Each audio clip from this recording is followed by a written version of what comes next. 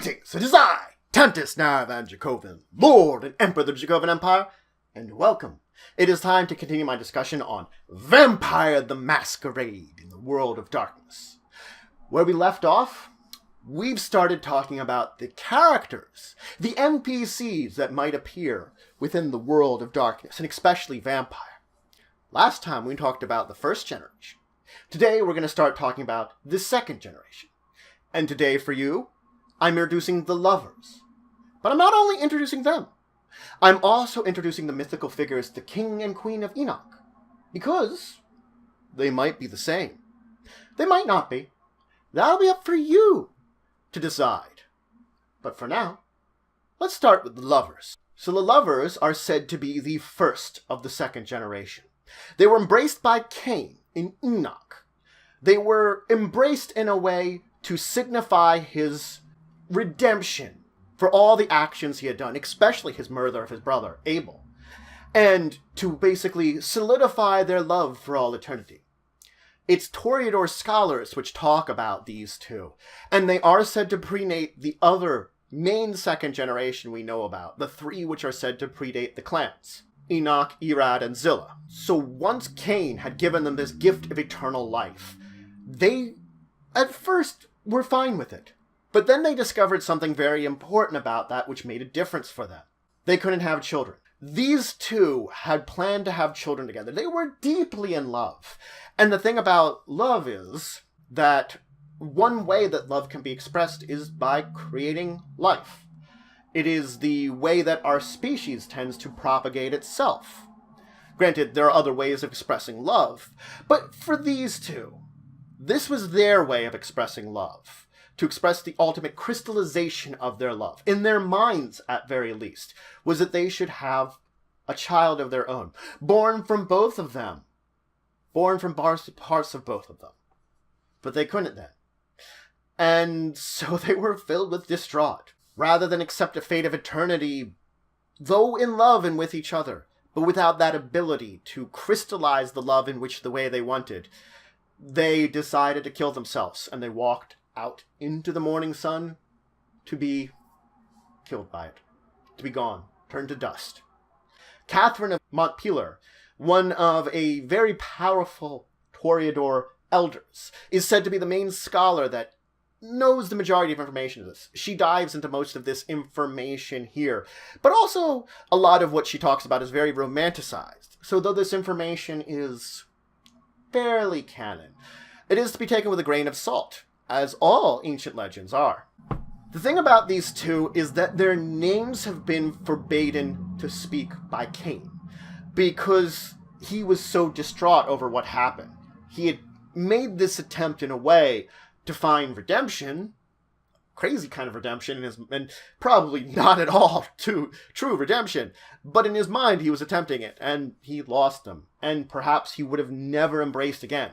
It was decades before the hunger, the need to create more kind of existed enough in there, and the push of Enoch was enough for him to finally embrace again, and once again create a second generation.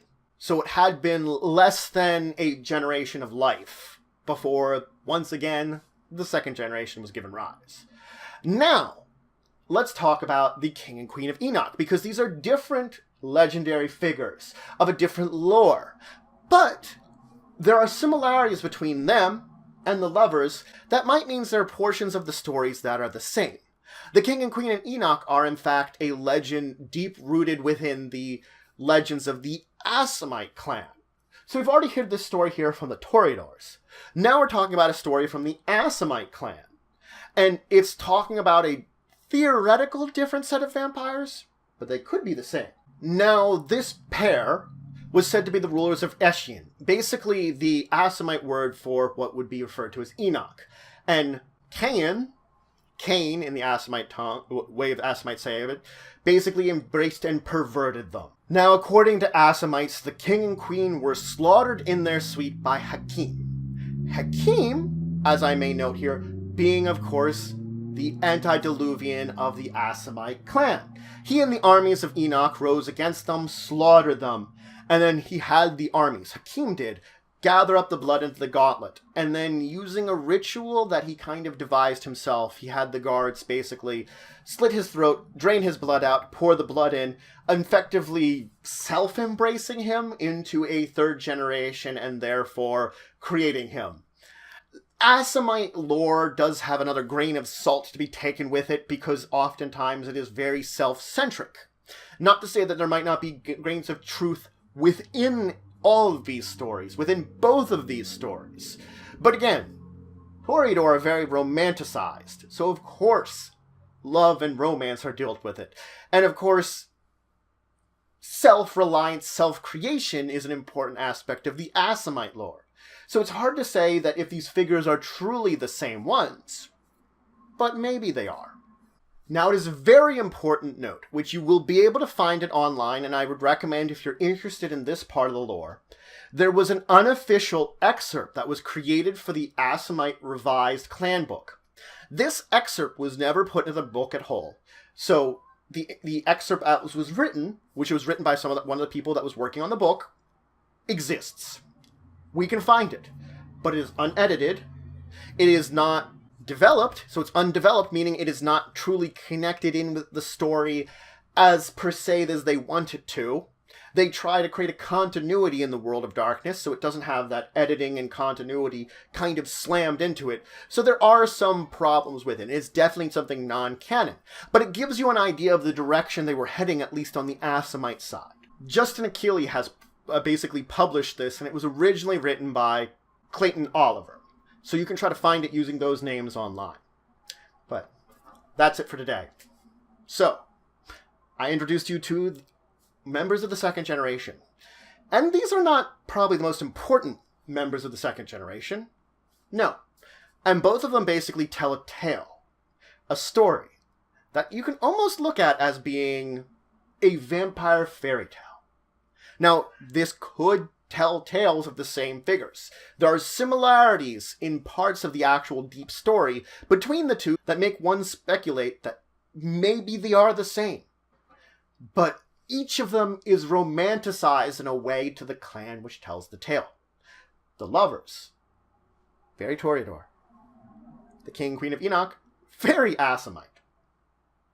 Whether they are the same, whether there is some more truth to these than can be seen, is impossible to really tell where truth and fiction lie. Unless you go directly to an antediluvian and ask them, you're not gonna know. And even then, they could lie. Because you're only talking to one and not talking to a group of them. A group of them might kill each other, though, at this point in time. The fact is that these are intro stories, getting to where the second and third generations would come from. One is a direct tie to the third generation.